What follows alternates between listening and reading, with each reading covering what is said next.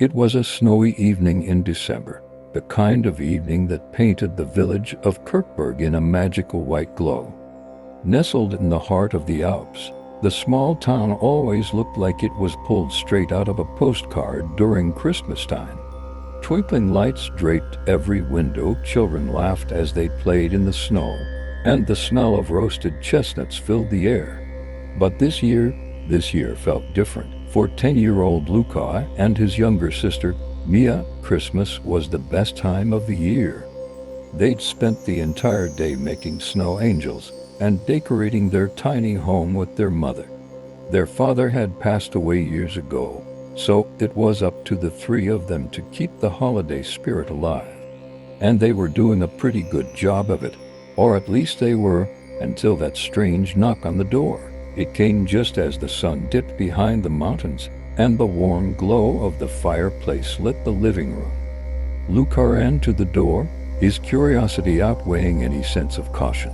When he opened it, there was no one there. Instead, a small, crudely wrapped package sat on the snowy doorstep. "Who's it from?" Mia asked, peeking over her brother's shoulder. Luca shrugged and picked it up. The paper was rough, almost like burlap, and tied with a piece of twine.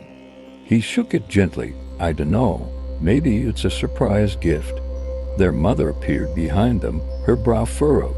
"Who would leave something without saying anything? It's not from the neighbors, is it?" Luca tore the twine off and opened the package right there. Inside was a single, small wooden figurine. It was carved with incredible detail, but it wasn't exactly festive.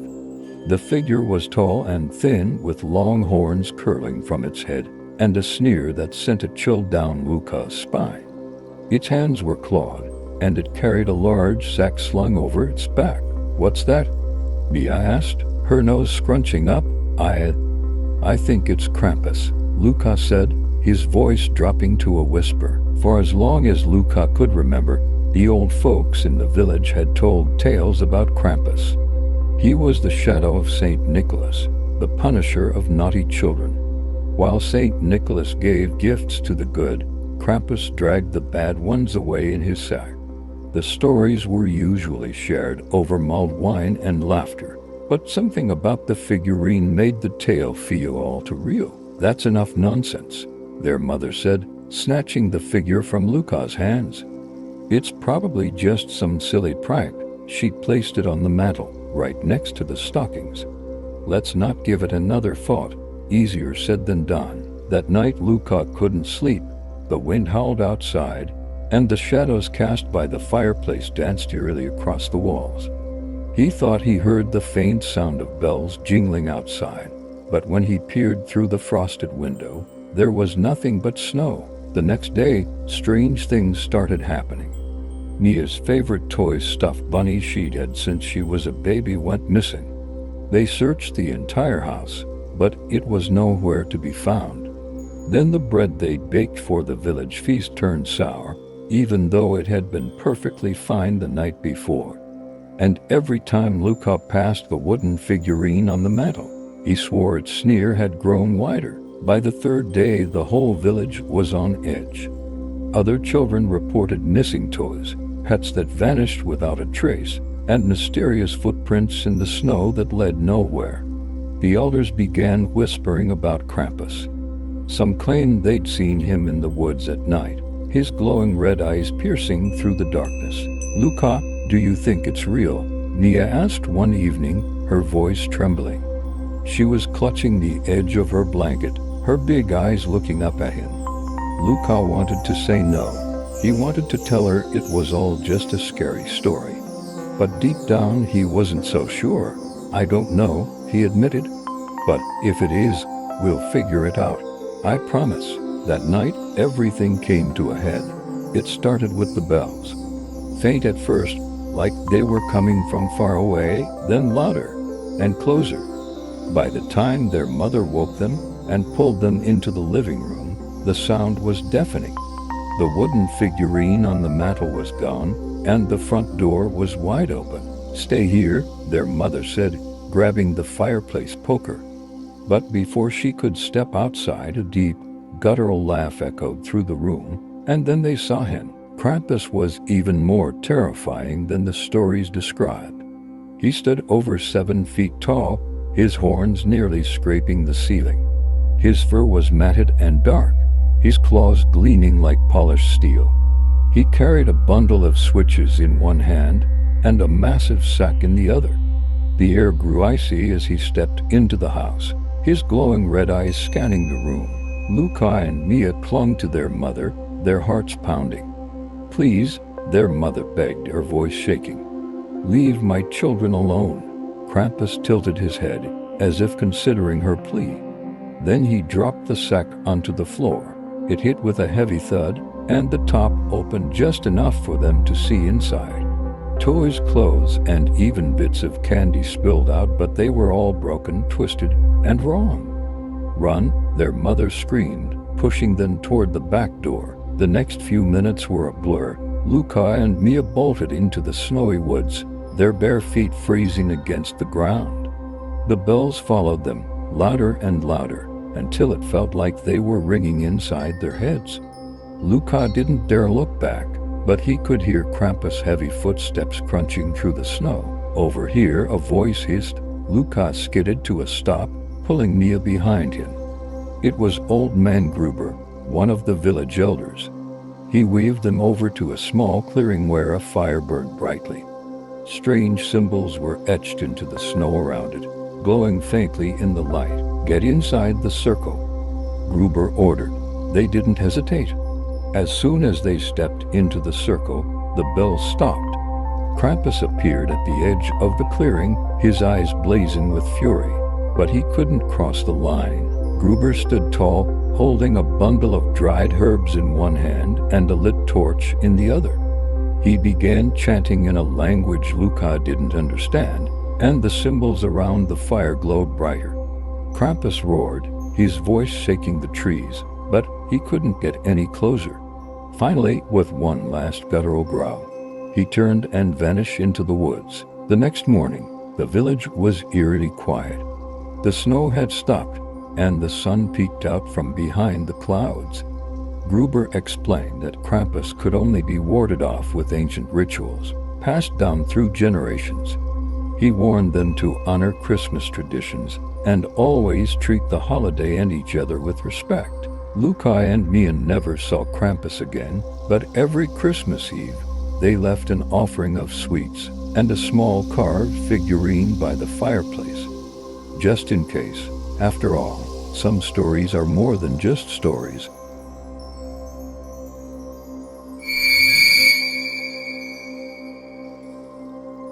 The little village of Marlow had always prided itself on its Christmas traditions.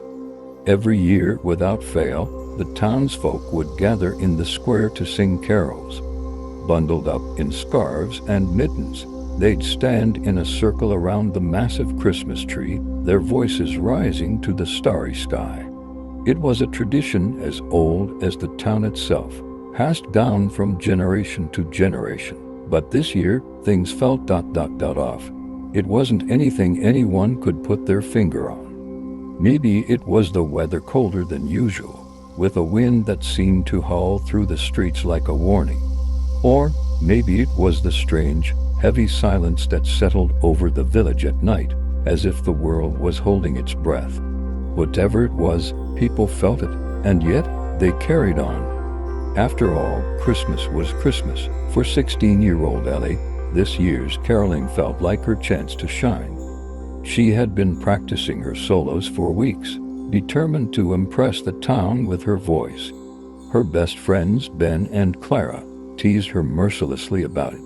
"You're taking this way too seriously," Ben said, tossing a snowball at her feet as they walked home from school. "Yeah?" Clara added with a smirk. "It's not like Simon Cowell's gonna show up in Marlow to recruit you." Ellie rolled her eyes, but couldn't help smiling. "You'll see," she said, "this year's going to be different." And she was right, just not in the way she thought. The night of the caroling arrived, and the village square was packed. The giant tree sparkled with ornaments, its lights casting a warm glow over the snow-covered ground. Ellie stood at the front of the crowd, her heart racing with excitement. She was ready. The first few songs went off without a hitch. Everyone sang together, their voices blending beautifully. But as the evening wore on, Ellie noticed something strange. The air was getting colder. Not just regular winter cold, this was something else. The kind of cold that seeped into your bones and made your breath feel sharp in your lungs. "Is it just me, or is it freezing?" Clara whispered, rubbing her hands together. "It's not just you," Ben muttered, pulling his scarf tighter around his neck. Ellie tried to shake it off. She had been looking forward to this night for weeks, and she wasn't going to let a little chill ruin it. But then came her solo.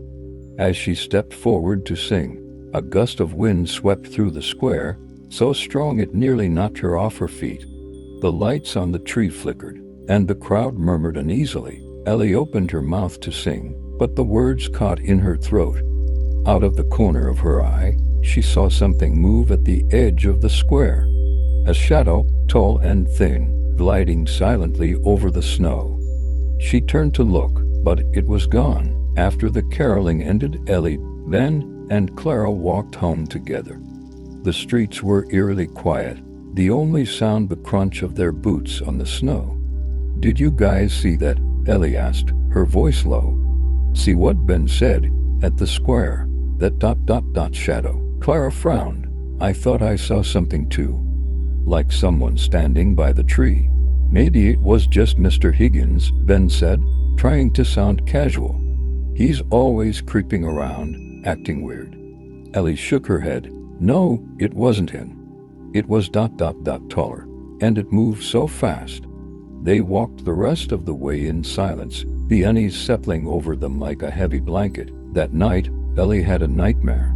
She was back in the square, standing in front of the tree. The crowd was gone, and the lights were out.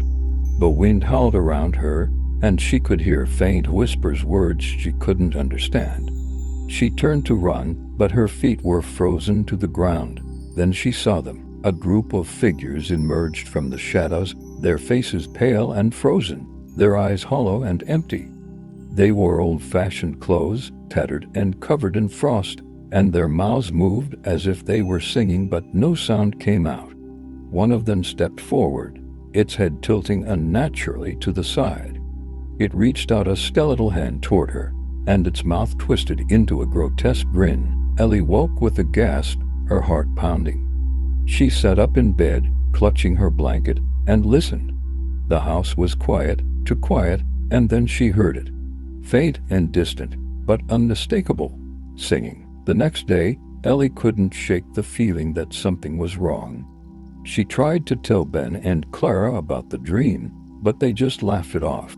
"You've been watching too many horror movies," Ben said. "Yeah," Clara added. "It's probably just your nerves about the solo." Ellie wanted to believe them, but the singing haunted her. She heard it again that night, louder this time, and closer. It wasn't coming from the square. It was coming from the woods. By the third night, Ellie couldn't take it anymore. She convinced Ben and Clara to come with her to investigate. "This is so dumb," Ben muttered as they trudged through the snow. "We're gonna get frostbite and end up on the news." "Shh," Ellie said, holding up a hand. "Do you hear that?" They stopped, and for a moment everything was silent. Then the singing started again. Low and haunting, the notes drifting through the trees like a ghostly echo. Clara shivered. "Okay, that's definitely not normal." They followed the sound deeper into the woods, the darkness closing in around them. The singing grew louder, and soon they saw a faint glow in the distance. As they got closer, Ellie's heart sank. It was the frozen Carollers. They stood in a circle, just like in Ellie's dream. Their faces were twisted in unnatural expressions, their eyes blank and staring. Frost clung to their hair and clothes, and their mouths moved in perfect unison, though the sound didn't match their movements. In the center of the circle was a small, ancient-looking tree, its branches bare and blackened. What is this?" Clara whispered, her voice trembling. Before anyone could answer, One of the corollars turned its head toward them, slowly, almost mechanically. Its eyes locked on Ellie, and it started to move. "Run!" Ellie screamed. They tore through the woods, the singing growing louder and more distorted. Ellie didn't dare look back, but she could hear the crunch of snow behind her, the sound of someone chasing them. They burst out of the woods and into the village square, their breaths coming in ragged gasps. The lights on the Christmas tree flickered again, and the air grew icy cold. "What do we do?" Clara cried, her eyes wide with panic. Ellie thought of the stories her grandmother used to tell, tales of old rituals and ancient protections. She grabbed the lantern hanging by the tree and smashed it against the ground, the flames leaping to life. "Circle around the fire," she shouted. They huddled together, the fire casting long shadows across the snow. The corollers emerged from the woods, their movements slow and jerky.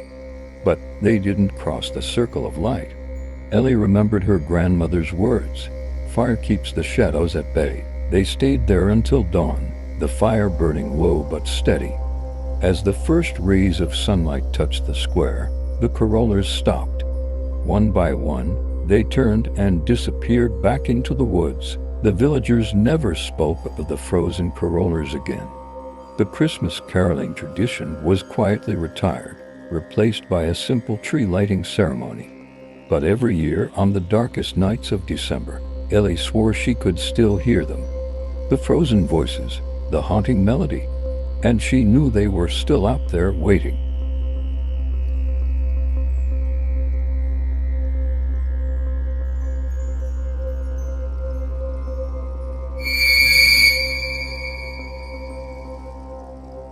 It had been 3 years since Mary lost her husband Tom to a sudden heart attack.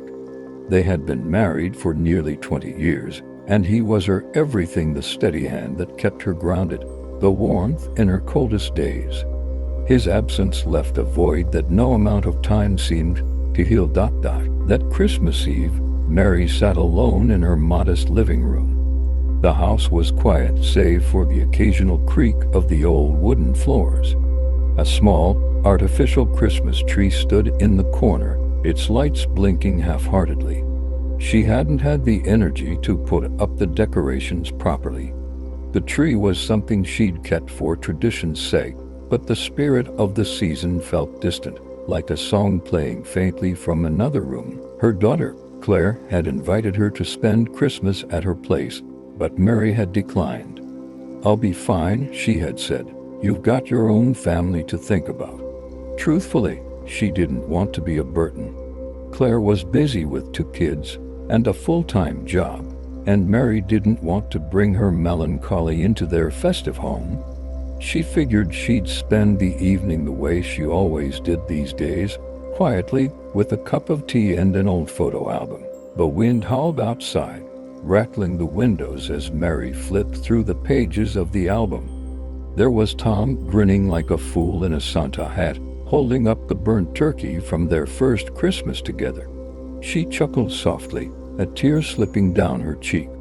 Those were the good days, the days when the house was filled with laughter and the smell of cinnamon and pine. As the clock struck midnight, Mary closed the album and sighed. She felt the familiar ache in her chest, the longing for a voice she'd never hear again. She leaned back in her chair, letting the soft glow of the Christmas tree lull her into a hazy state of half-sleep. And that's when she heard a knock at the door. Mary frowned, sitting up straight. It was late, far too late for visitors. The neighborhood was quiet, and she wasn't expecting anyone. For a moment, she thought she might have imagined it. But then it came again, louder this time. Knock, knock. Her heart quickened. Who could it be at this hour?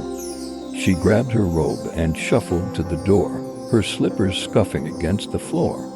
Peeking through the peephole, she saw nothing. Just the dark outline of her snow-covered porch and the faint glow of the street lamp. "Hello," she called out, her voice trembling slightly. No answer. She hesitated, her hand hovering over the doorknob. Part of her wanted to ignore it and go back to her chair. But something curiosity made urge her to open the door. When she did, the porch was empty. The cold wind bit at her face, and snow swirled in the air, but there was no sign of anyone. Just as she was about to close the door, she noticed something on the step. A small box wrapped in plain brown paper and tied with a red ribbon. Mary picked up the box, her hands trembling slightly. It was light, almost weightless. There was no tag, no note, nothing to indicate who it was from. She brought it inside, locking the door behind her, and set it on the coffee table. For a long moment, she just stared at it. Who would leave a gift on her doorstep, and why? Eventually, curiosity got the better of her. She untied the ribbon and carefully peeled back the paper. Inside was a single ornament, a delicate glass bauble etched with intricate snowflake patterns. It was beautiful, almost too beautiful. She held it up to the light, marveling at the way it caught the glow of the Christmas tree. And then she noticed the note tucked inside the box. It was written on plain white paper in a neat, old-fashioned script. "You're not alone. Merry Christmas." Mary's breath caught in her throat. The handwriting looked eerily familiar. It was the way Tom used to write, precise, with little flourishes on the letters. Her hands shook as she read the note again, her mind racing. It couldn't be, could it? She set the bauble on the table and sank into her chair, her heart pounding. Memories of Tom flooded her mind, the way he used to surprise her with little notes, the way he always made Christmas magical. Could this be a coincidence, or was it something else? As she sat there, lost in thought, the lights on the tree flickered. At first, she thought it was just a power surge. But then the flickering turned into a steady glow, brighter than before. The room seemed to hum with energy, a warmth spreading through the air. And then she saw him, Tom. He was standing by the tree, just as solid and real as he had been in life. He wore his favorite Christmas sweater, the one with the ridiculous reindeer, and a soft smile played on his lips. "Mary?" he said, his voice low and familiar. She froze, her mind struggling to process what she was seeing. "Tom," she whispered. "It's me," he said, stepping closer. "I couldn't let you spend another Christmas alone." Tears streamed down her face as she reached out, her fingers brushing against his. He felt warm, solid, alive. "How is this possible?" she asked, her voice trembling. Tom smiled gently. "Let's just say Christmas is a time for miracles." For the rest of the night, they talked. Mary told him everything, how much she missed him, how hard it had been without him.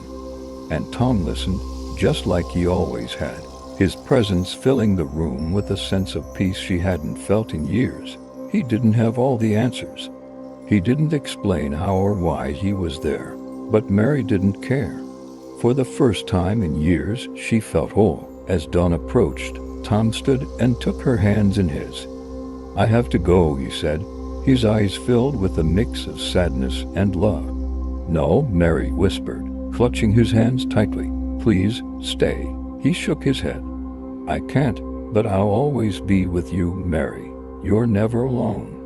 With that, he leaned down and kissed her forehead. And then he was gone, fading into the soft light of the morning. When Mary woke, she was still in her chair. The house was quiet, the tree lights glowing softly. For a moment, she thought it had all been a dream.